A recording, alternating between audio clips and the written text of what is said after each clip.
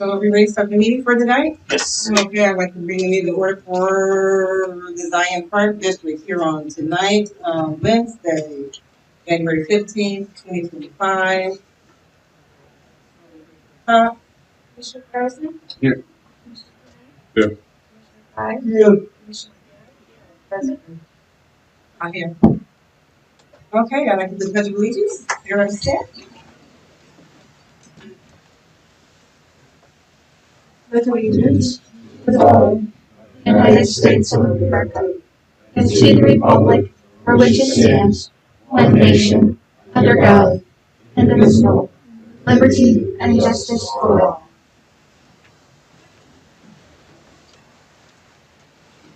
Okay, we're gonna start out with the approval of the minutes, please.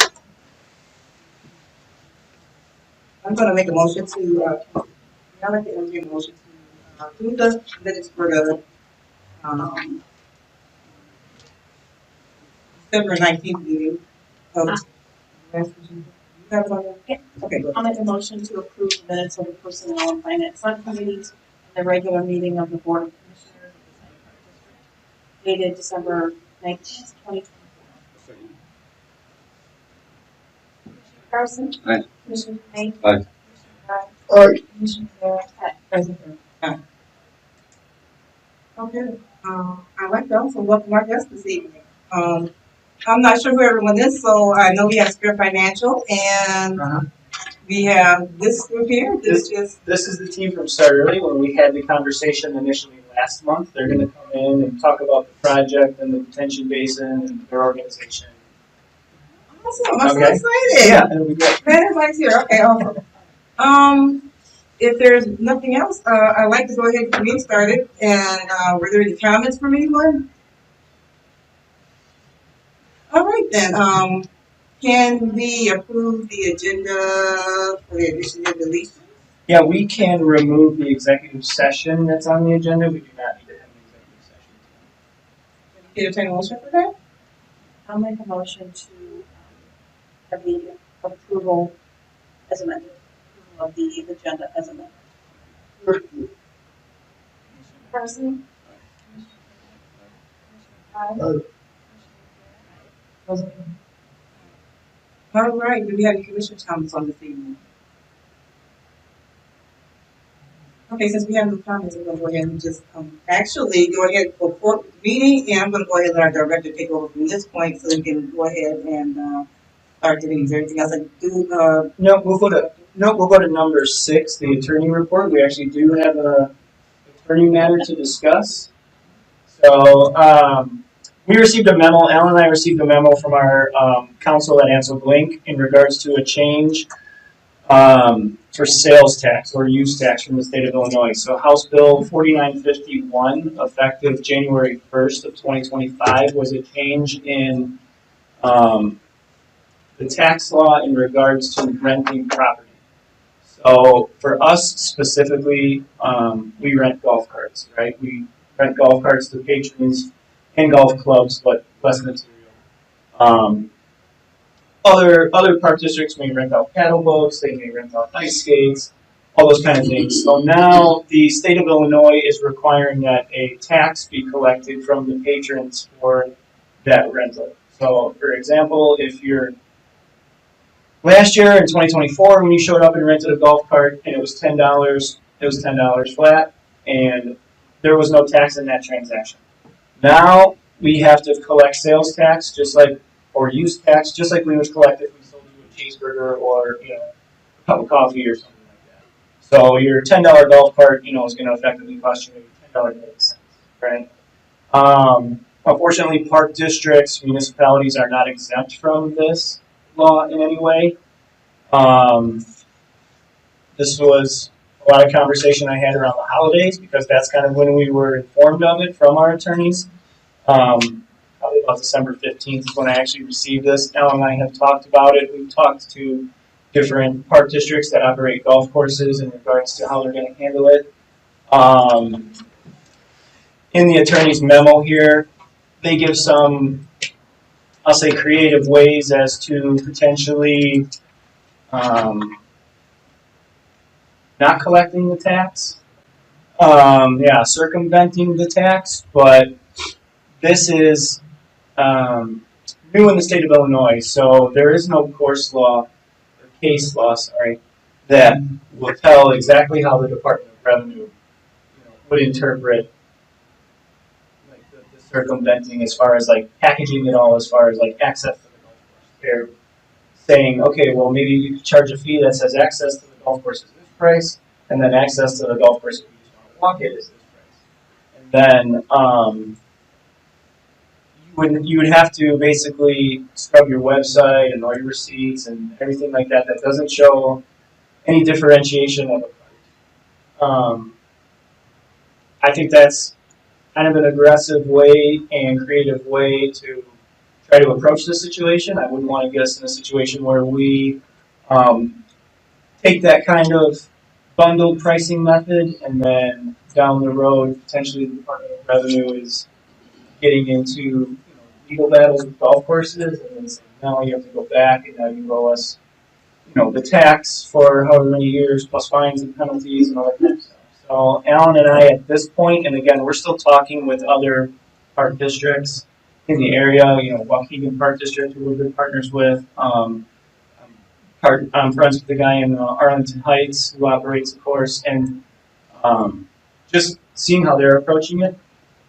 But our thought at this point is to collect the tax and remit it to the state, just like we remit the other sales tax that we collect throughout the park district, whether we sell a shirt, again, or a cheeseburger. We file a monthly sales tax return and remit that tax collected over to the Department of Revenue. So that's right now how we're leaning. We'll talk about it a little bit more when Alan gets into golf rate pricing later on in the meeting. We're just kind of going to bake the tax into the price, so someone that pays $10 for a cart doesn't actually pay $10.80. We're still collecting $10 from them. We'll put it on the sales tax return for the month and send it over to the state. But it is a significant change. Our estimation on what it's going to cost the courses is probably for Shepherd's Crook. I think we estimated about $18,000 of tax, and Shiloh, maybe $5,000. No, that's what surprised me. Is usually we do get a pretty good heads up, and usually the Illinois State Association of Park Districts does a real good job lobbying in Springfield to get park districts carved out of some of these laws. So this one, does apply to park districts. It applies to municipalities that operate courses. So it's not federal, it's state. Correct. Other states doing the same thing? Yeah, when we did talk with our attorneys, Alan and I had a couple conference calls with them to be sure we understood exactly what they were saying. They actually said that Illinois is kind of one of the last states that didn't collect the tax on cards. 48 states. So initially, did you pay tax when you leased them? No. No. So is the state mandating how much tax you pay, and is there a cap? Kind of like the actual. It's very odd. It's real. I know, so this was listening to the report, I read someone, it's really actually a space pond now. Yeah. The one thing went to the earth. Yeah. I thought it was really odd that that was. Yeah. Well, golf Just with no formal. courses, 20 years ago when I was in California, they were collecting taxes on green space. $65.42.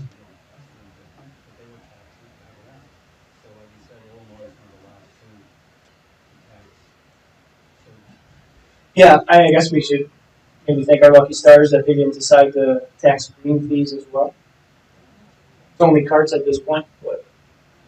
And we don't rent anything else like a lot of other park districts, like I said, have paddle boat rentals, pickleball equipment rentals, ice skate rentals. So that is all now subject to this tax. Like a lot of them tax dollars. Yeah. State. Yeah. We asked our attorney, that doesn't matter.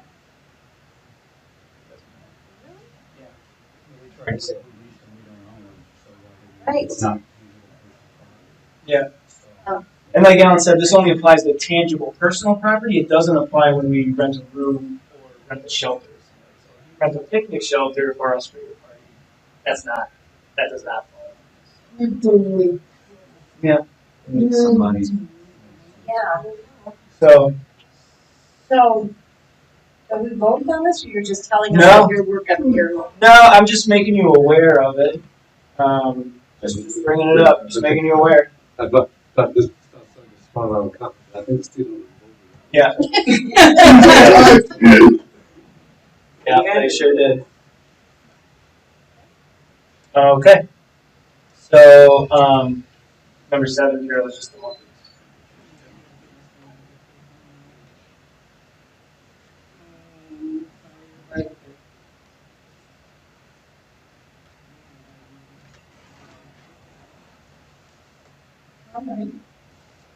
Okay, we're gonna move on to action number two. Oh, our treasurer's gonna do some financial report, gas position, and I think we're doing.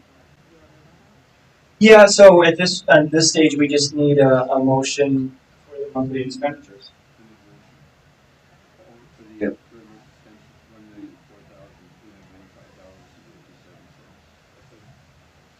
Commissioner Morrison? Aye. Aye.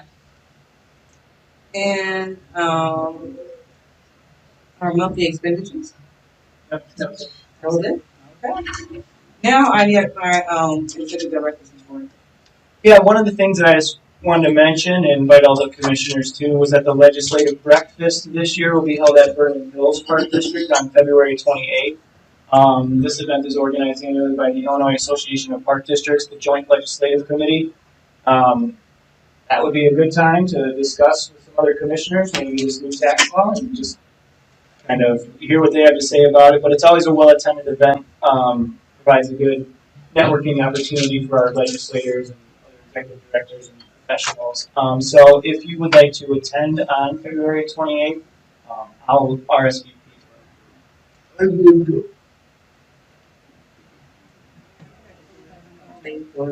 Yeah. I must say yes, but I will tell them to look at. Okay, I'll put you down as a yes.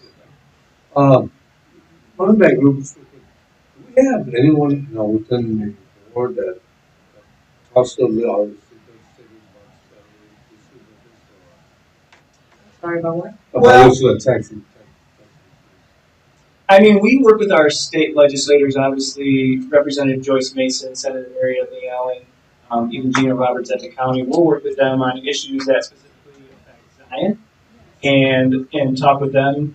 And Carolyn will talk with Senator Adrian Johnson quite a bit. But matters like this that will affect the entire state, that's really where the Illinois Association of Park Districts comes in and, is able to sit in a room and talk through some of this legislation before.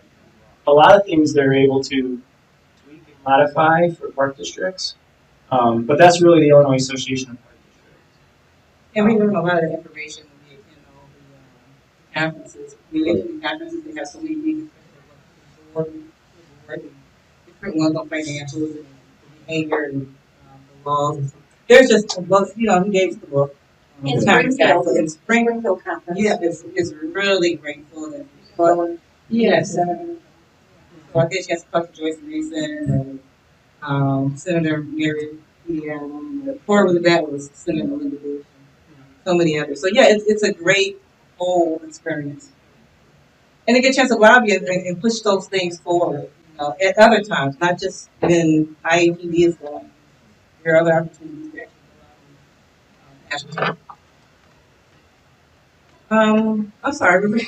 Yeah, no, so just to kind of get into the meeting and start the presentations, just to rehash what we discussed in December, right? We were talking about that detention basin, Shiloh Golf Course. The board had requested some more information as far as the organization and the facility. So they've been gracious enough to the team to come out and give their presentation, answer any questions. So I'll take it away. And we can start on the presentation quick, early to start. Great. For letting us have it. I'm actually going to pass it on to Mike to introduce Start Early. Thank you. Yeah. I was also going to mention, I know Eric had a chance to share our year-end review as well as other Thank you again for your time. We apologize for coming in a little bit heavy. I'm Mike Hoffman. This is Tracy. Tom and Mark are also here. Tom's our civil engineer, and Mark is site superintendent for the construction company Morganson. We just want to make sure we'll be able to answer your questions. And I promise to keep my part as short as possible, because I recognize you have a lot of business to get to. But we are asking for consideration of a request. We are asking for a favor in support of what we think is a really important community project here in Zion. And so if we're going to ask for a favor, we want to introduce ourselves and tell you who we are, what we're proposing to do, and answer any questions you have about what the impact of this might be on your park district and on your park. Start Early is the organization that we represent. I'm the Chief Operating Officer, and Tracy's our Managing Director for Illinois Strategy and Expansion. We are an Illinois nonprofit. We have a headquarters in Chicago, but we work across the state. We've been operating in Lake County for years, initially in Waukegan, and in partnership with One Hope United. Our mission is ensuring that all children have an equal opportunity to succeed in life, regardless of their circumstances at birth, whether it's zip code or demographics or anything. And we, as our name suggests, believe that you have to start early to achieve that. So we focus on the first 5 years of life. We know that that's when some of the most intense brain development happens. That's when a lot of the initial attachments to parents and adults, trusted adults, happens. And it's also when children develop kind of a base for social and emotional learning and all the things that will serve them well throughout the rest of their lives. About 25 years ago, we took our practice and our research that we had been doing, and we opened up the first purpose-built standalone early childhood center in the country in the south side of Chicago. And so there's a neighborhood in the south side of Chicago. We opened up a school, and we called it Educare. And the model we followed has some unique attributes to it. We start with really highly qualified teachers. We provide additional training and education, so we have the best teachers with those students. And we have really small and personal student-teacher ratios. So the ratios are smaller than what are required by DCFS or required by the federal government to make sure that these kids are getting as much intense engagement with the teachers as possible. We put 3 teachers in every classroom. We also start with the architecture of the building and the classroom and the playground and other areas.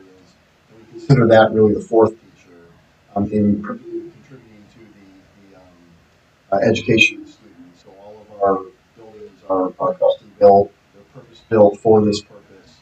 And that's a big difference from where a lot of early childhood education takes place, which is often in church basements or in kindergarten classrooms or other areas that are available but not quite designed for those little children. We also continue to use research and data to continuously improve our programs and to learn from them, and then we share that more widely across a network of schools. We also practice intensive family engagement, which engages the parents in the development and education of their kids, and we partner with the parents and help address issues in the parents' lives as well that can contribute to them being a more effective and available parent. This model that we started in Chicago 25 years ago became pretty popular. We now have 25 schools across the country that follow this model, and that's in the Educare network, which our organization also serves as the backbone for. There's an Educare in Milwaukee. There's an Educare in West Chicago. I mentioned the one that we still operate in Chicago. And then there's Educare across the country in Tulsa, Oklahoma, in Atlanta, in New Orleans, in Washington, D.C., and 14 states in all. We were first approached a few years ago about bringing this Educare model to Lake County by some early childhood advocates, some private family foundations, as well as some local countywide officials. And just, I think, less than 2 years ago, we made the decision to come to Lake County. And as we were looking at the right place to be in Lake County, we met with the mayor of Zion and the school board president, and both of them very quickly sold us on what an ideal community Zion would be for this model, for this new school. The school district and the city offered us the use of the land that is between the middle schools right at the south side of this park. And we are well on our way of designing a world-class facility for that land. Just so you know, our model operating these schools relies primarily on federal and state funding, which we have already secured. We already secured new funding to bring to Zion from the federal government and the state government. So as we're paying more in taxes, we are bringing something back. We have nothing to do with the state, so we're not responsible for that. But we've secured $6.5 million of federal money every year to contribute to this school programming. About $1.5 million of state dollars on top of that. There is no impact there's no local funding required. There's no impact on property taxes. And the families that qualify to attend the school don't pay any tuition or fees. It's completely free for them, all of the programming, including the programming components. So we're very excited about this model, and we're very excited about the match, what we believe is the match with the community of Zion. Earlier this year, both our board passed a resolution in support of this. We are a private nonprofit, 501c3 registered in the IRS, and we also were fortunate enough to have both the city council and the school board pass kind of matching resolutions expressing their support for the project, and we continue to work very closely with them. And so that's kind of who we are and what we're doing.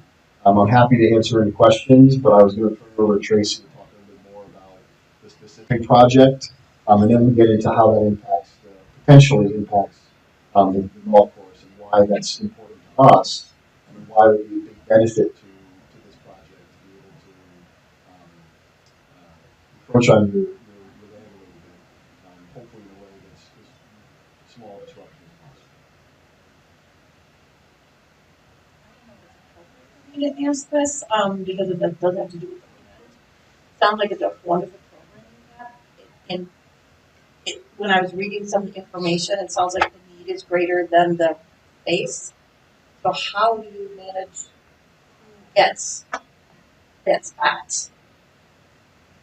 That's very great question. The need is very great. There's 66% spot cap, which means that almost 7 out of 10 children want a space in early childhood. We are starting with the scale that we can. Children, the way that we enroll children is based on weighted eligibility criteria. It's not a first come, first served, but it's really intended for the children and families that can qualify for that kind of service. And that could be based on their income level, it could be a child with a disability, it could be a family that is experiencing homelessness, or a child that's in the foster care system. All of those are parts of those risk factors that would increase the number of points in a child that has a spot. Total is the number that's needed for student Yeah, man, I looked at your website and everything, and I saw what you do. I think it's genius to target the 5 development, that's outstanding. To move forward. I do have a couple questions. You kind of answered some on how you got to Zion, and who's done it already. When you say you're asking for a favor, does it mean we're leasing the land, owning the land, or what is the dynamic of that? So it doesn't change anything to do with the control of the land.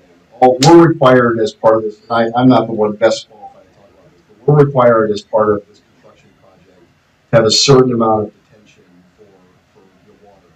And what we're asking to do is be able to place some of that detention on the golf course, which is over the property line, outside of our property. It doesn't change any of the ownership of the property. It's not a lease. It doesn't change anything besides there be physical changes to the part of the property that's over the line. The plot of land that we are building this on is the center of where those 2 middle schools are, and the northern end of it butts up against the golf course. If we weren't able to put the detention there, we'd end up having a big detention pond on the property. Given the footprint of the building and the playgrounds, it would mean that like, we wouldn't be able to have a garden. We would have a kind of an area that wouldn't be really as. So that's the favor we're asking for: is the ability to access your land for the purposes of putting a detention basin. That much better understanding, thank you. Along with that, how will that impact you, or bus that? How will that impact on golf course? Yeah, I think Alan is probably the best person. I'm glad he's here tonight to answer that. In my opinion, not at all. It's going to be a 70-foot deep at the maximum, probably won't hold any water 90% of the time. It might be a little soft on the bottom. It'll be grown up with whatever vegetation we desire. But I will tell you that if you came to me and asked me, I need to put it one place on your golf course, that would have been the place I would have done.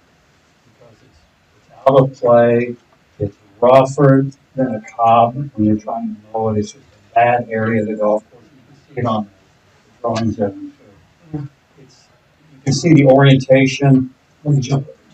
The orientation of the tee box is here to play this hole. So this area over in here just really is not in play. We might just change the orientation of a tee a little bit, or these folks I know are going to have a lot of spoils from all the digging, so we might steal some of that dirt and work something out to address this tee area a little bit. But as far as playability of the golf course, aesthetically, negatively impacting it, it's non. So the decision we made was this, how long for it? Yeah, it would be permanent. It would be permanent. So if the park did want to do something with that land in 20, 30, 40 years from now, what would be the process to take that property back? Well, it's always our property. As he said, we'll continue to maintain ownership of the property, but, and Rich can chime in on this too, it'll be designated as a wetland. It'll be a designated stormwater detention area through the county. So what's the effect is it knocks us into that being a wetland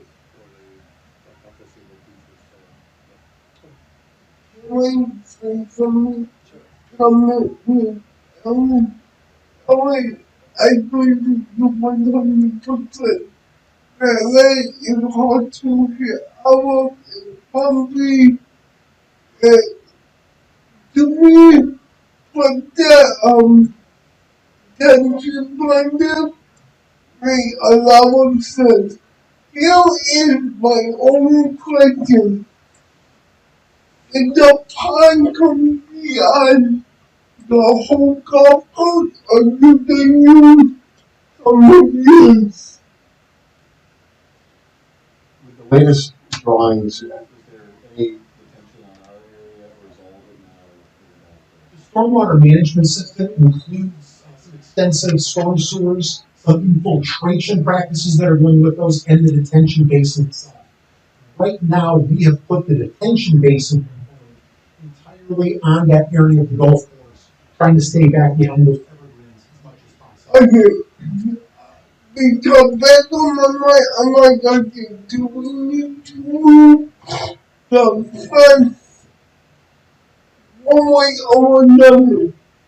Because there is a fence separating the golf course and the school. That was my only concern. The fence can remain.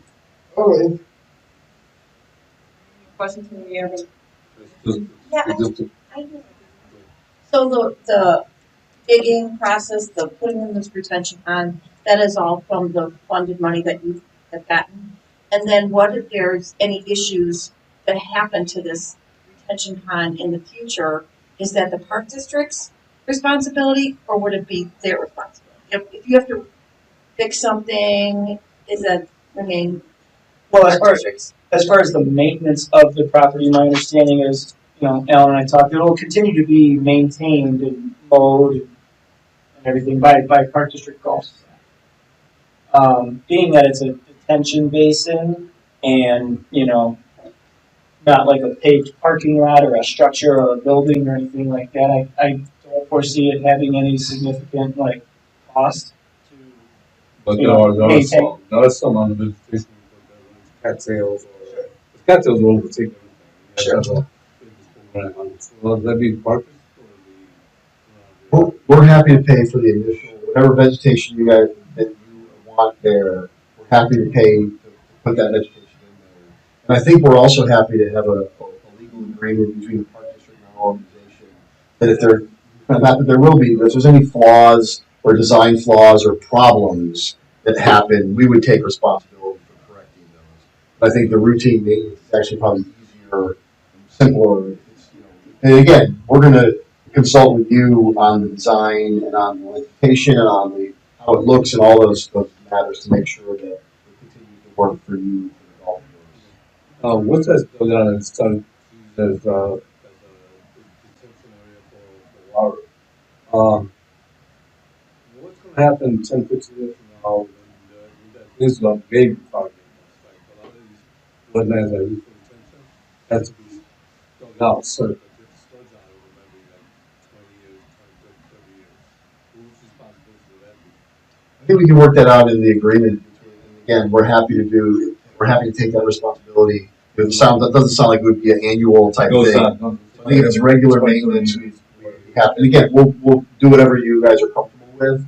But I think I'd be happy to say that yes, we would take responsibility for that type of periodic maintenance and upkeep that's outside of the normal maintenance. We can put that in the legal agreement, and that would go move forward. I don't 20, 30 years. Water stuff. When the water stops going down, they will clean it out.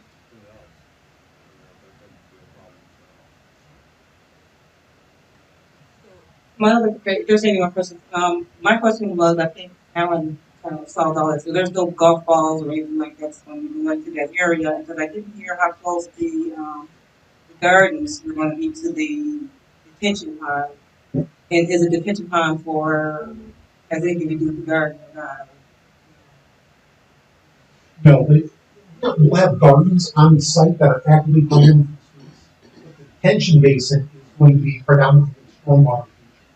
And, yes, and we'll work with your staff to vegetate that in a way that you can do. We would recommend native vegetation, preferably, especially for the bottom, especially flowering sorts of vegetation down there that, supporting pollinators against ecological restoration, and they help with the water quality as well. But the basin is not going to be something that people will walk into or go into. It is going to sort of be modeled on the Okay, so when I asked that question, I didn't mislead. When I was saying, is it going to be anywhere? Are you guys going to have like a garden feature for the staff and the students on the premises or no? We will have a garden, and we haven't quite figured out exactly where the garden will go. But as we mentioned, that barrier fence will stay, so they'll have to temporarily take it down, and then we'll replace it at our cost when we're doing construction. But the barrier restriction will stay, and then what we are looking at is some kind of netting that would protect against errant golf balls. Because obviously, we want to make sure the children are safe and that nothing happens there. And so Yeah. we haven't Thank you. we're already planning on that, but we haven't, figured it out how tall, and those are still analysis we need to do. But absolutely, we'll make sure that we're protecting the errant golf balls. Yeah, because my concern was actually about all of this. It's great and it's wonderful, but my most pressing concern was loss of life. Yes. I've been in education for a little bit now. My daughter is actually a principal in the city of Chicago. Okay. And she started her little education in one of these programs, very similar to Educare. And I can go on and just brag on Julie Windorf and the Zion school system forever about what my children became from attending and starting from, humble beginnings, so to speak. So I understand that, I appreciate you guys getting these children between 1 and 5, which are the most dormant times of their lives. I myself am a licensed substitute teacher. So some of the questions that I've been asking, and I was not looking at, it was a little soap in the bottle. I know that sometimes a little soap in the bottle with the wrong kid can cause a problem. I did have the honor of watching a kid falling off of monkey bar at 3.5 and had to get screws in his head from injuries from the playground. So when I talk about playground equipment and safety, it's personal to me in that aspect. But it's also a community thing. So those are the only things I was concerned with. Was, like I say, loss of life, totally. And I appreciate you mentoring your teachers. I heard you said that you educate them because teacher burnout is quite high. So I appreciate that. And I hope that we can come up with a resolution to help you guys out. I think it's a fine job at that. And if there's anything else, do we need to vote on that tonight? Are there more questions or anything else you'd like to? You have the funding offset, so what's your hope for, you know, opening the doors to, what's your time frame? Our goal is to open the doors by the end of August 2026, so just about a year and a half, a little bit more than a year and a half from now. We're hoping to start construction in April.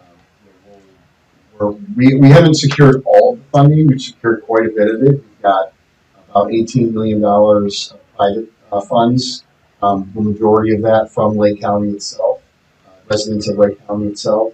And right now we've got about $7 million of federal funds. We're waiting to hear back for another $12 million. And so this is going to be a pretty big investment. And again, all the money for building the school is going to come either from private or from federal. And then the money to operate the school comes from federal and from state. And that is new money that's being brought to Lake County, both the federal and the state money. Part of what we're trying to do, you mentioned, the need exceeds the availability. We are also very insistent, we're not a for-profit organization, we're really insistent that none of our programming kind of upsets the current infrastructure, right? There's family child care homes or the other child care programs. We want to support those programs as well. And really our goal is to eliminate that gap of services. And this is just the first step in doing that. But in doing this, we're almost doubling the amount of federally funded Head Start slots in the county. And they're all coming to the desire, which is a little bit of a, Was it early Head Start and Head Start? goal. Yes. And is it a full day?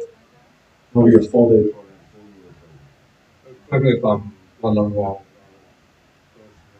Would it be best to vote on this once you have your written agreement prepared? Yeah, we can vote on the final agreement. I think they wanted to verify that the board was on board with them continuing to move in this direction with the assumption that that property on Shiloh Golf Course will be used for the detention basin so they can finish their design work and everything like that, and not have to plan for an underground system and use a couple $1 million for an underground system or whatever. I appreciate the design. Yeah.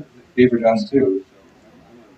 So yeah, I think what they're looking for now is just to know that the park board is supportive of But what you think on this, then when the agreement is come back, shall we make another vote on it? Sure, we can vote too. Because to me, that would be more sense than for 6 months down the road, we got something in writing that we did. Okay, the attention plan, then 6 months to a year, we can write up a agreement plan, then vote on that too. Yeah. Yeah, and we can vote now, or the board can vote now to, move forward with the project as designed here, pending a final agreement that addresses all the concerns that were brought up, whether it's Dave's concerns, obviously pending the review of our attorneys, and just making sure that the agreement for the maintenance of it and any other concerns that the board has are addressed in the agreement.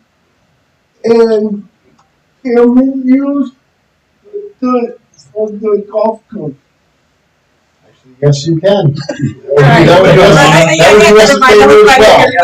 Otherwise, you'll haul it off, so yes, you can. Yeah, that probably is beneficial to save them on some trucking costs. Yes.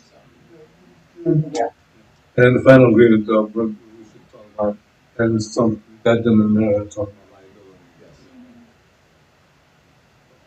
Hear that or don't leave it? Oh, no, okay, well, if that's everything, everybody's okay. I'd like to entertain a motion to, go forward with the project with, Educare for the Early Childhood Education Center as, shown to us in the Shiloh Golf Land Stormwater Detention Plan. And we can go ahead and take it. Aye. Aye. I, Thank you. Thank you. Thank you. Thanks for attending and great to see you again. We're just gonna finish up the rest of the meeting, but thank you for coming, thank you for your time. Thank you for coming out. Yep. Thank you. Appreciate it. Yes, thank you. and I. Thank you all for your support. Thank you very much. Thank you. Thank you. We'll be talking. Yeah. Good to see you. Thank you. Take care, everybody. Thank you. Have a good night. Yeah. Make sure. Double back. Pending, we should probably say that pending, final agreement. With regards to atypical maintenance, final contract.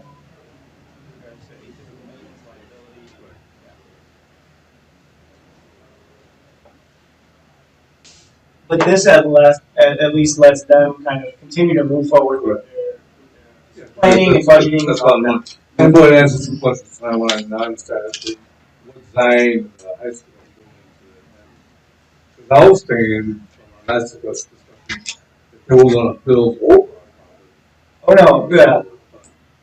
Yeah, I know there was some confusion, so I apologize for that. I probably did not do a good job last month of exactly explaining the whole organization and the mission and how it was going to work. Yeah. That's the issue about long-term funding. And these ponds, it's just a ponds that occurs even Fox Lake, the river, they're having a big time with the county right now. Oh, really? On this, the dredging on something, they started having Yeah. before the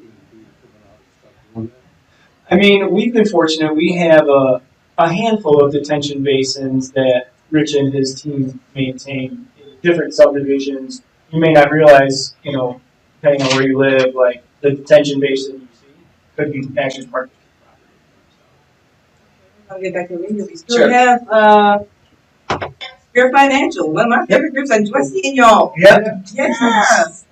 How's everybody doing out there? Everything's good. Yeah. Okay, we are ready for you. Good evening, everyone. My name is Mike Flair from Spirit Financial.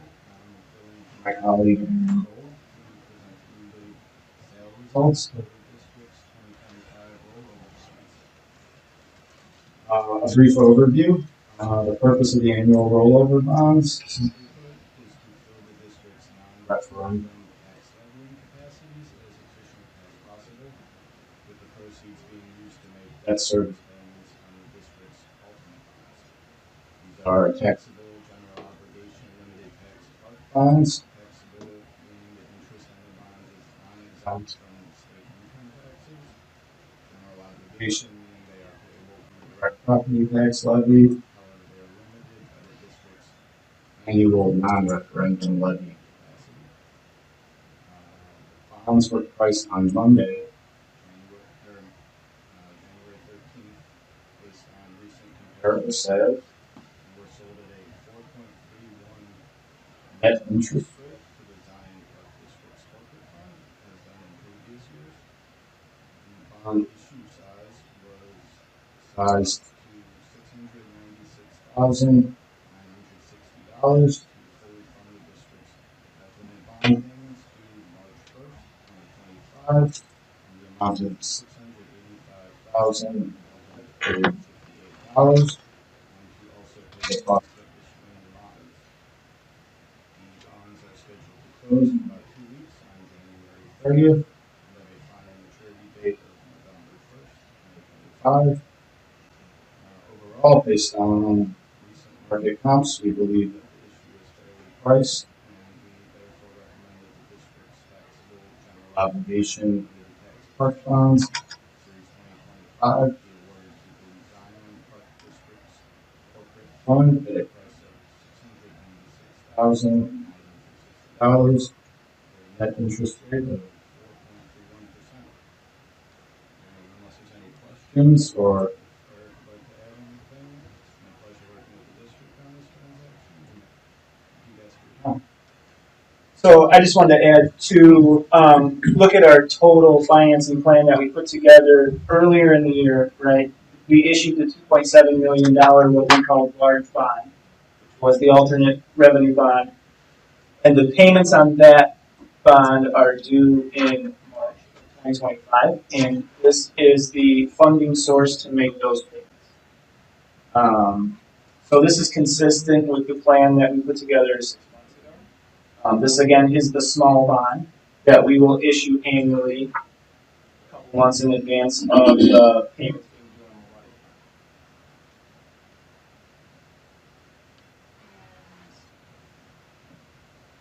Did you look at?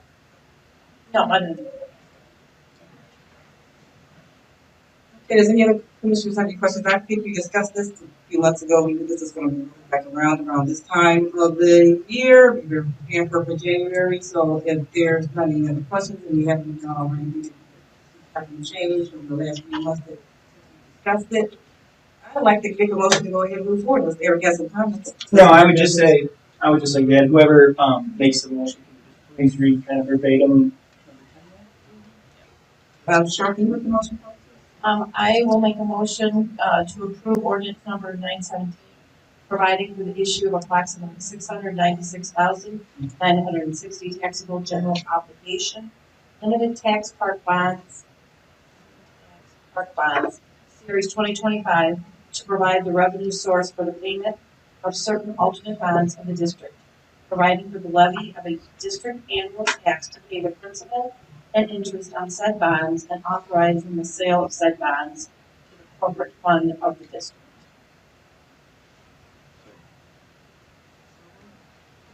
Commissioner Carlson? Aye. Commissioner Kamei? Aye. Aye. Aye. Okay, thank you for coming. Yeah, Thanks for coming. Yeah. Appreciate you going in for Aaron for pinch hitting. Yeah, of course. Good job. Okay, thank you. You too. Drive safe. Yep, you guys too.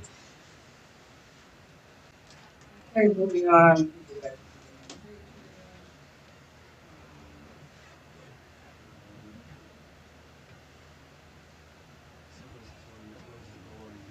Okay, we need, yeah, thank you. We're gonna have Alan's golf presentation. Is that right, Director Bradley? Yep. Shut the door. So before we get to the proposed rates for Shiloh Park and Shepherd's Crook, I just want to give the board a summary of a service that we offered this year at Shepherd's Crook. Tag Marshall, they say golf optimization program. One of the things that's a value add that a lot of golf courses have that we didn't have was a GPS system on the golf carts. We'll roll one more screen, Bradley. This 8-inch screen right here provides a lot of data. How far you hit your drive, how far you are to the hole. The carts have, that unit has a warning system on it. If we don't want you to go into certain areas like through the native grass areas, it will give you a very irritating noise, so you want to back away from that area. Some courses have got in a little bit of a jam with GPS units that will shut the golf cart off when you get in that area. And it was my belief that I don't want somebody who's had a heart attack trying to race back to the clubhouse and the cart continually shuts off.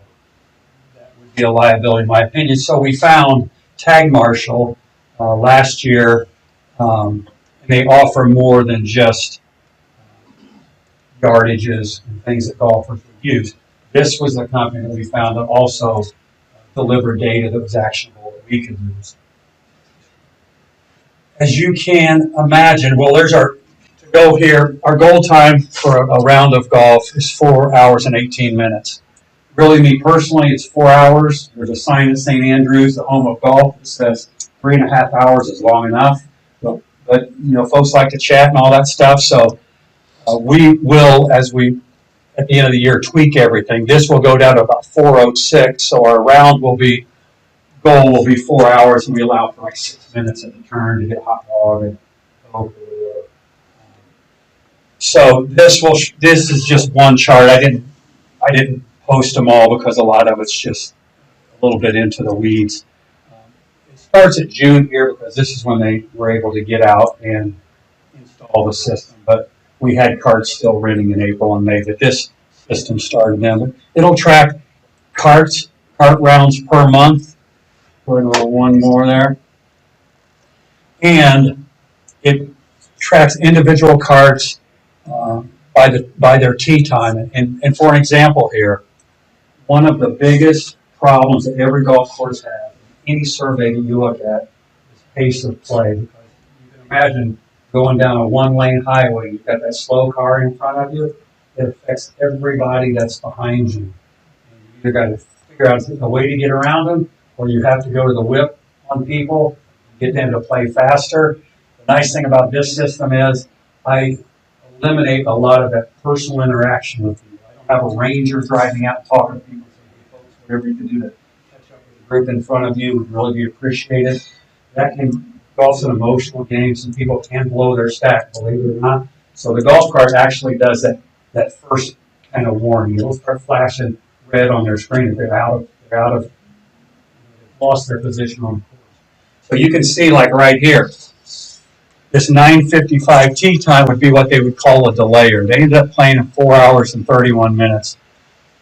Their slowness affected every one of these groups behind them until 2:45 in the afternoon. Because we're packed almost every day. During the peak, open to about 2 o'clock in the afternoon. So again, anything that we can do to improve that pace of play, this enhances the golfer's experience. This is an interesting slide, and it's not surprising to me, but you might say, why is Tuesday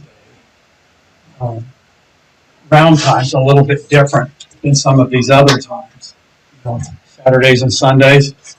This is a group that we have out there that traditionally has been very slow. They would play at 9 o'clock in the morning with about 40 players. It was almost like you dreaded Tuesday morning because you were going to have to go back and deal with all the folks behind them. What we started doing was giving each one of these people their own carts. So they aren't driving back and forth to golf. They're able to still play at their pace. We're not out there harassing them, if you will. And it sped their round up and everybody was happy. So, but we have actually the data to prove that works. That having your individual carts will reduce the total amount of time it takes. You have enough carts? Yeah. And it's just, it's only for a group of 30 folks. So it works out well. It works out great for them. It works out great for us. Classic win-win. Yes. They're great folks. They used to laugh and say, we're the group that drank enough to build this patio that's out there. They would say, this is the group that the Kenosha Lake, this is the patio that the Kenosha ladies built. So I put this in because some of you have seen these slides before through Golf Pass, where they rate conditions of the course, the values, the layout, pace, amenities, and staff friendliness. This was 2023. Okay. Everybody loved the conditions, the value, the layout, pace of play, 4.4. Amenities, yeah, we couldn't really do. We don't have the driving range, so we always get dinged on amenities a little bit. And then staff friendliness at 408. So that's 2023. You roll to 2024. We got to see that go from 4.4 to 4.6. So people are liking our pace of play much better than they did the previous year. That's why this is a winning program for us. This just shows here. I know this is hard to see, but This is our competitive set for the most part. All but one of those is a park district or a municipal golf course. This one is not. Chevy's Wheeling Park District, Deerfield Park District, Mundelein Park District, Northbrook Park District, Gurney's a municipal, Poplars, Hoffman Estates, Lake Bluff is Lake Bluff, Bonnie's Waukegan, and us. Again, it shows kind of the same correlation of an improvement in the pace of play, where other folks pace of play 4-3, 4-2, 4-2, 3-9. These are slower courses, and we end up with the highest rating on pace of play. That's something that directly affects your enjoyment. Faster, funner. Next one. That's Tag Marshall. There's so much data in this system, though. It'll actually track. It will track the tracks almost of the golf cart. You'll see where everybody went, every cart, all of them, if you wanted to see it. But it's got more bells and whistles than we've dug into this year. But the data is there when people want to talk about. We went slow last week. I can go right back to your cart and show you what your lapse time was. So it's not subjective. You can do that over I go back a year. Stay on pace. Yeah. But we have had groups that I've had to sit down with and I appreciate that they're into their golf outing and they're trying to be, really sophisticated golfers, but sometimes guys equate playing slow with they're more better golfers when they're not. And I can say, when they want to book the outing the next year, hey guys, you got to work on your pace of play. Last year was 4 hours and 45 minutes. The golf wasn't 4 hours and 40 minutes. 4 hours and 20 minutes. Now I'll be able to show them with this versus I used to go to security cameras and go, there's your last group walking off of 18. That's the times. It's highly effective. One point, get some clarification. I think it opens up people's eyes.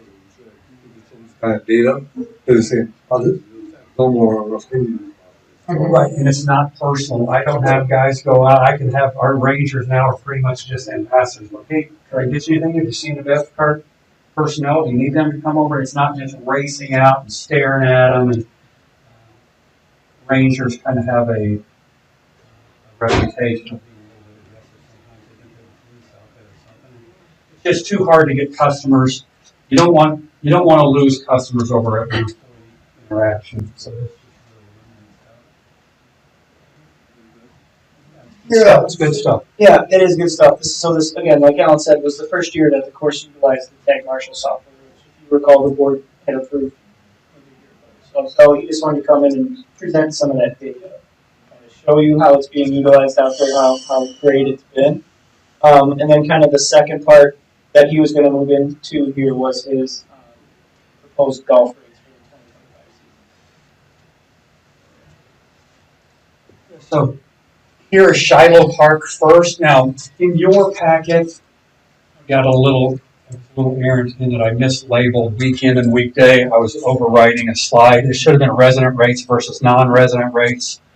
So you have a lot of competitors down here. These are other 9-hole golf courses, not necessarily in our competitive set, but it does give you a reference point. Just at a glance, you can see where Shiloh is positioned. I don't know. I know this is what I'm proposing now, are these rates here. You've got it on another sheet for resident versus a non-resident. And you can see that we're a couple of dollars and sometimes $5 and $10 under other folks. So the rates that I'm proposing are not astronomical increase over previous years. They're just more inflation recovery type of raises. So Shiloh will still be a tremendous value, with rates even increasing a couple of dollars. Now, as I've said before in the past, I don't want to be the least expensive or the cheapest golf course in the area, or I'm going to start drawing just way too many non-golfers. As we talked about before, when you put a non-golfer in front of golfers, it just goes way too slow. It's not an enjoyable experience. We're always looking for people to come back.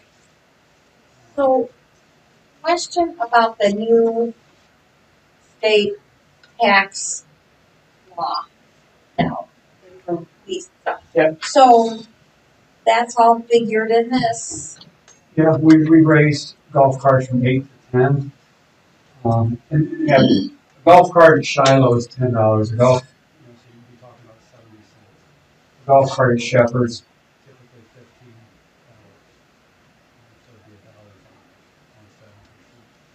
$15. So it'd be $1.07. That big into. It is, yeah. And my initial back of the cocktail napkin math, because you don't know what the weather's going to be. You can have all the rate increases you want, but it rains every Saturday and Sunday. You're not going to have the money coming in. Is that this rate increase at Shiloh would bring in an additional $25,000 to $40,000 in revenue on the top line at Shiloh. Some $2 and $3 increases, now and down here. You do have some $50 and $75 increases on season passes, but that just gives people an option. If you're going to be a super user of golf, you're going to be out there quite a bit. This makes a lot of sense. I mean, we've got people who play 100 rounds of golf. Do the math. It ends up costing $6.25 a round. Yeah, season passes are unlimited. We go from May 1 to October 31. And my kind of guidepost had always been a season pass should have a 40-round break even on it. 2 rounds of golf a week for a 20-week season. So if you're going to play more than 40 rounds, you'd be better off to get a season pass. If you're only going to play 20 rounds, just pay on a daily basis. So there are mechanisms to get away from paying a daily rate. Yes, pay up front. Yeah. Pay the first time you want to come out during the year in May. But this is based, and that's 40 rounds had always been, what I had worked with. This is 35 rounds. So the price has gone up, but this also went up. So it changed your break even. But I didn't go and try to make these 40 round break even 35. You know if you ever are other golf courses where you keep track of all and find out if they're also going up or consistent percentage-wise, what do you read for that? I will find out after the fact when they post the race. I've kind of looked through their websites. A lot of people hadn't posted 2025 yet, but I can. We want to detect what we do. I'm just curiosity. I would imagine they're going up only because the economy is decent. After COVID, a lot of people went on the street, grabbed the clubs out of the garage, and got back to the golf course because you couldn't go to a baseball game, you couldn't do anything. So there was about a 20% increase in golfers and rounds starting after COVID.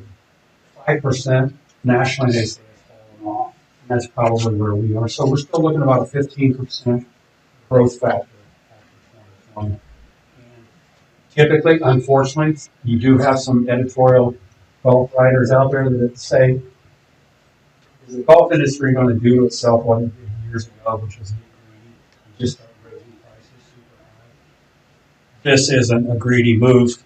I mean, we're going to have conditions that Shiloh that represent conditions found at private clubs and resorts. We're using a lot of equipment from Shepherd's Crook and bringing it over there. We've got a tremendous team. The buzz at Shiloh is pretty good.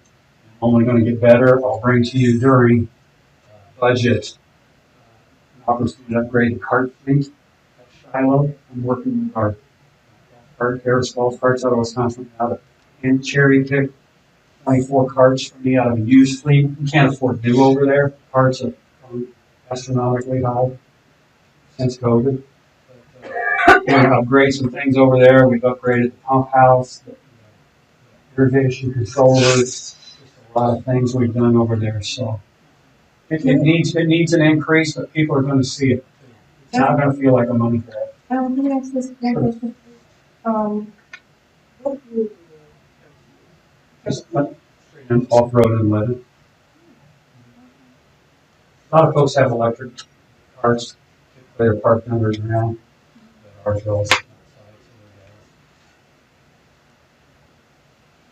gas goes up. I think a lot of the things, I mean, I don't think the gas is going up, there are many fuels. I mean, kind of just, we already are breaking even. Labor's going up. Yeah. This isn't a money grab, this is. I was like, you think ever the last 2 years, I have no problem with the cost in good shape. Like these, I like the these that were kept and chuckles. They are a lot faster in China than chocolate. Good properties. Good. And a one cost to put. Last year, I put chocolate times and up the hours. You pay 4 times, try those. Like on something. But this, I have no problem with. Cost comparison. That private courses. Yeah. Well, and just keep in mind too, is 9-hole. He's comparing 9-holers to a 9-hole. Right. But you could say, I mean, this 9-hole golf course that's owned by oldest golf course in the United States. First 9 holes ever built, and then also they went out and bought, they built Chicago. Belmont, so they've got a draw. That's their marketing. Oldest golf course in the United States. Downers. Yep, that's not a lot of people know that. They always say Chicago golf's the oldest thing. You know, Chicago golf started at Belmont. So, you know, they're at $42. You know, we're at $31. Shiloh is not considered an enterprise account because it doesn't make money. It does now. When we switched Oh. it before, the course was losing Right. $50,000 a year. Right. And so the way the accounting works, we used to have 2 enterprise funds, Shepherd's Crook and Shiloh. But we continually were showing operating losses in Shiloh year after year when we were trying to sell bonds that looked bad. And so investors were saying, well, you have an enterprise here, but it's losing money. Why don't you shut it down? Right? Why don't you close it up? So we consolidated the reporting of Shiloh into the recreation fund. I'm glad I agreed to But now, like you said, Cheryl, I mean, it really is an enterprise fund. So if there's no questions on Shiloh, we can move on to Shepherd. Back.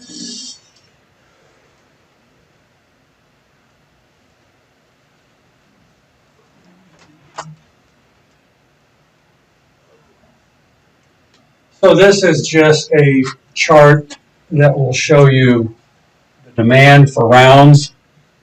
You can kind of see right here, boom, we're at a different plateau every year. So kind of our basis point is 32,000 rounds of golf. Kind of the standard now going forward at Shepherd's Crook.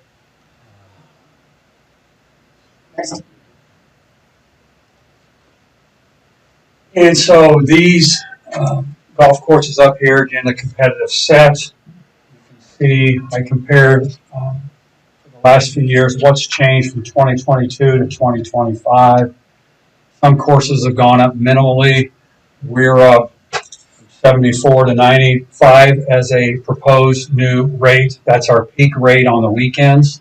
That would be a cart included rate. All these include carts.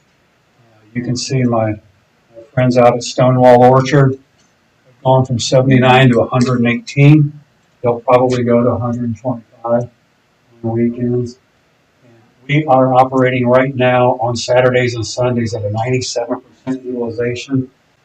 So it's really difficult to me. I try to run this like I would run it if I owned it. Shepherd's Crook and the Zion Park District. Money is the lifeblood of that operation. And I would really feel like I was leaving money on the table if I went back at $89 at almost 100% utilization. I don't think that would be that. What's the one? It's in Grace Lake. Grace Lake? Yeah, one of the top Golf Digest 25 years ago was the best new development in the country. So this is probably easier to look off of their sheet for rates, and this maybe looks like a little bit of a yard sale. Try to cram it all in there. But most of these rates, just for simplicity's sake, have gone up $5. Some have stayed the same. With the residents, 30 and 30, 35 and 35. But over, and there's residents play at Shepherd's Crook is less than 2% as far as rounds are concerned from residents. So this is about taking care of the residents and letting them enjoy a fantastic property. But we need to go and is it one more? Does it show one more piece? Your last. This is less. Okay, no, that's fine. It was actually the one before. But you can go, yeah. But you can still see where we are. I'm not the highest game in town, even with an increase. So, a consultant walked into me and told me you ought to be $119 on a weekend. Mentally, I just can't go there right now. But this is a $6 increase for us on the peak rates. And that's basically the $5 increase on the rate and then $1 for the current tax. In there, that went up $6. Most of the other rates went up $5, and some stayed the same. But without me going through each one, you can see those right on the handout that you got. But I told you that Shiloh yield could be anywhere from $25,000 to $40,000, weather dependent. This is more in the $100,000 to $150,000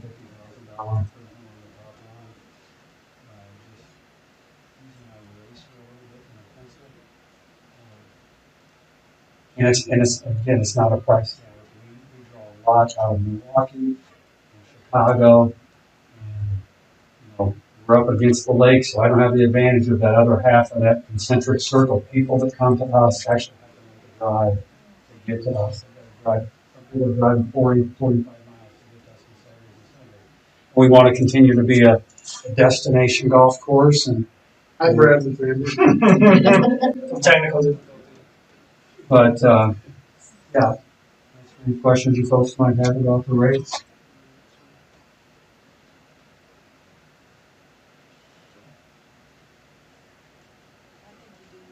Diligence every year, and how we doing? I'm not a popular guy, but that's and I know some folks that live close by that it does feel like, wow, this is going from $59 to $95 in 10 years from 2014. It has, but it's not the same property. A lot more bells and whistles out there. Very high ratings. It's the highest rated park district course in the state of Illinois, as far as customers are concerned that rate it at Golf Pass. We're very proud of that. A lot of things go into that, getting that rating, but there are opportunities to save golf out there. We run a promotion at the beginning of the year with Golf Moose. It's actually over with and in the winter. People can buy them for Christmas gifts or whatever, which is kind of a 2-for-1 on weekdays. We don't charge permanent tee times a fee. Charges a fee for permanent tee times. We don't.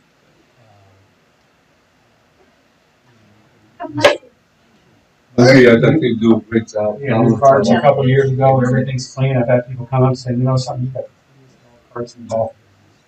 And so we just take care of business and keep coming back. I hear from a lot of people over and over again. They understand how prices are going up on everything. And most people don't mind if they're seeing a food value. As long as it's continuing to food Yeah, you have to go. And we're one of the only golf courses that I know of that are on 12-minute intervals versus 10. We space people out so they can have an enjoyable time. It's all about the experience. It doesn't have to be a commodity. We just compete on price. You're right. And just to reiterate too, like a point that Doug has brought up in the past too, to clarify, no tax revenue goes into Shepherd's Brook or Shiloh. All of the improvements, equipment that we purchased, the patio that was built, and all of that is created and funded by the revenues that the course generates. Receives zero profit. A lot of things that aren't Yeah. that benefit from. But in fact, I would even argue that that's not true because we do transfer out, because it is an enterprise fund, we do transfer out in the current fiscal year budget, I think it's $35,000 that we transferred out of Shepherd's Brook to pay for the summer concert series. Next year in our budgeting now, we're looking at potentially taking $50,000 out of Shepherd to pay for special events program. We also don't bring in. That's a good partnership. Yeah. I have one question for Ellen. Do you have any idea of what project you want to do to Shepherd off top of your head? Charlie's working on, clearing out some buckthorn around some trees and building a couple of tees here and there. Another bunker next year, hopefully, in 6 fairway. And we've got to do some bunker maintenance. They're 25 years old, so the drainage is starting to fail on us. So we'll just pick those off as we can. Yeah, that's what he's doing right now. That's on the 6th hole. You don't do that to Shiloh too? Yeah, I mean, there's some things we want to do at Shiloh. Mostly just increasing, some of the frequencies of the noise and things that we do right now. To just condition the turf, put it in better shape. At some point in time, I would like to eliminate some bunkers over there and maybe put a couple more in. But it's got a lot of potential, a lot of folks from out of town are visiting Shiloh Park.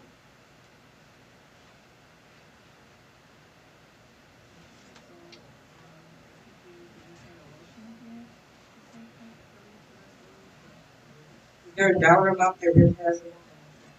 I would just schedule. Okay, I'd like to entertain a motion to approve the budget amount for golf rates or something. yeah, the golf rates, I'm sorry, for Shiloh, I'm sorry, for Shepherd's Brook, and is it Shiloh as well? Yes. Both golf courses for the golf season of 2025. As stated in, operation measure, Allen Park's presentation. Yes.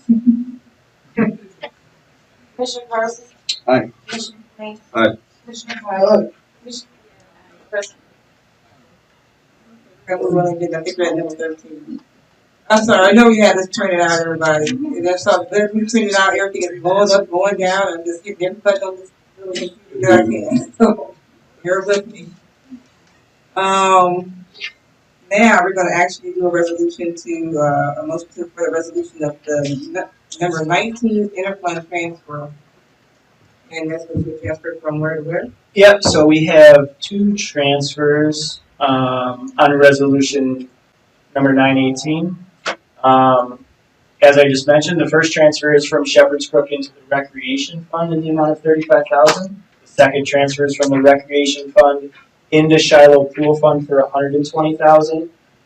That will be the last transfer. This is the same kind of timing and amount that we did last year in January. So we'll come back to this for kind of the final amount to true it up before the fiscal year ends in April. But resolution 918 is for these 2 transfers. I think you'd like to enter a motion to, for the enter, the resolution for the Number 918, mutual fund transfers from the recreation fund. The first one is from Shiloh, or I'm sorry, the first one is from Shepherds to Recreation, and the second one is from Recreation. The amount of 35,000 at Shepherds and 120 from recreation fund as stated in Director Bradley's presentation here. Can I get a Commissioner Carson? Aye. Aye. Aye. Aye. Okay, as stated, we have disregarded we have moved our executive session to a different time, and we will be having a tonight. So with the Yeah. Number 13, the last item. my goodness, this little fine writing. Let's do we have number 13 now. We're gonna look at the schedule for the fiscal year 2025 budget. So this is the budget review session schedule, consistent with how we do it each year. Right now, staff are putting together budgets, and we've set up these dates. The first budget session would be on March 13th, and we cover those funds there listed on the left. And then the next budget session would be the following week. Again, these are 5:30. And that budget session would cover general rec bonds construction. And then the full and final review would be in April. But again, staff are working hard right now to analyze numbers and start to work on budgets. I would say an hour, at least an hour and 15 minutes. For the one that's for the meeting. Yeah, the phone. Yeah, and so usually, those will go like Cheryl was saying, that 5:30 meeting.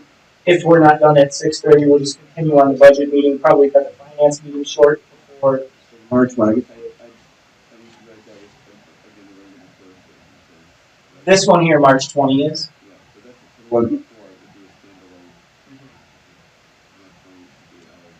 Hour and I would say, yeah, that's not a lot of funds. These funds are obviously small. Paving, different stuff going on there. That first session is pretty straightforward.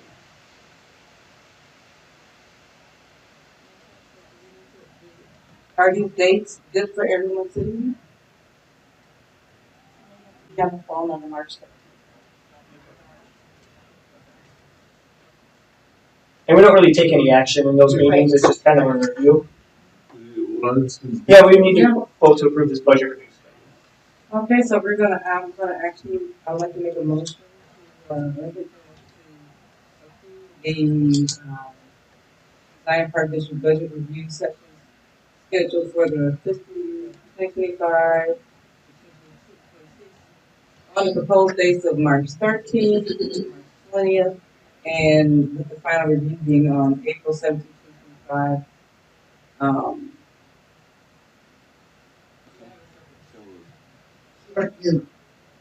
Commissioner Carson? Aye. Commissioner? Aye. Aye. Aye. Commissioner Garrett? Aye.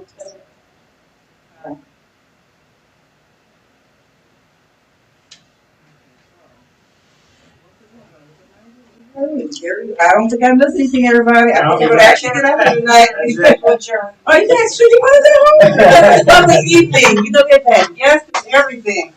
So actually, I'd like to entertain a motion to adjourn the meeting for January 15th, 2025. Make the motion. So moved, second. Carson? Aye. Aye. Aye. Aye.